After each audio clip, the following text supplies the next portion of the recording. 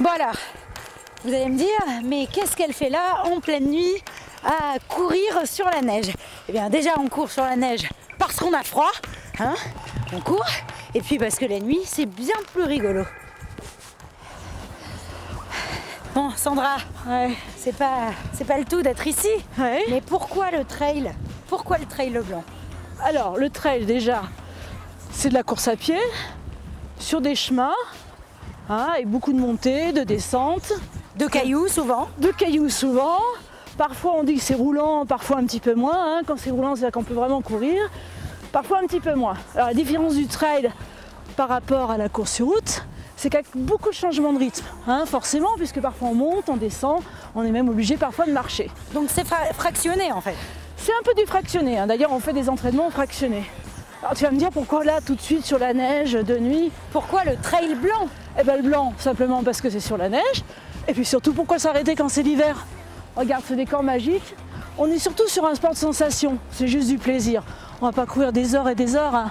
Mais là on a envie d'aller faire un petit tour dans les bois, la frontale, t'entends le bruit de l'eau. C'est magique. C'est magique. C'est agréable, moi je trouve. T'as vu? Un petit footing comme Ouais. ça sur la neige.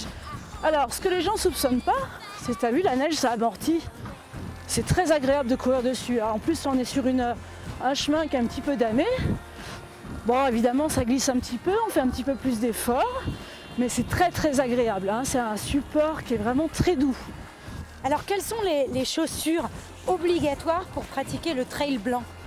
Alors évidemment, l'idéal, c'est ce qu'on a toutes les deux aux pieds.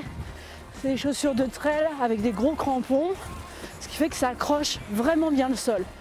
Maintenant, si tu viens en vacances l'hiver, tu n'as peut-être pas pensé à prendre tes chaussures de trail ou tu as peut-être simplement des baskets. Il n'y a rien qui t'empêche de mettre des petits crampons dessous plastique. Ça va te permettre de ne pas trop glisser. Allez, viens, on va rentrer un petit peu dans les bois. Tu fais bien attention, c'est quand même 2-3 petits cailloux, hein. Je me croirais un peu dans un film d'horreur.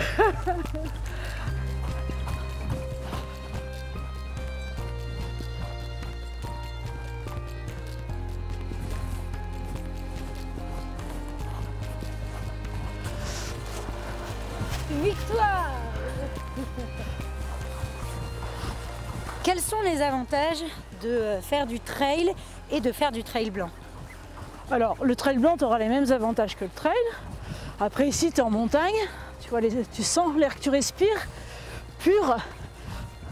Voilà. Après, ça reste de la course à pied. Donc, la course à pied, c'est toujours très bon pour l'entretien, hein. Tu vas perdre évidemment toutes les graisses que tu vas accumuler pendant le jour de l'an, Noël, la dinde, le foie gras. Allez, Justine, ça grimpe, tu peux t'appuyer sur tes genoux pour grimper. Voilà, allez.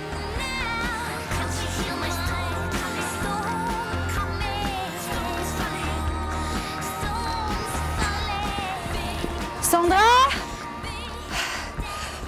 Voilà, le trail blanc, c'est génial. Une expérience inoubliable, mais par contre, faut pas perdre sa guide. Sandra? Sandra? Sandra? Mais où elle est? Sandra? Sandra?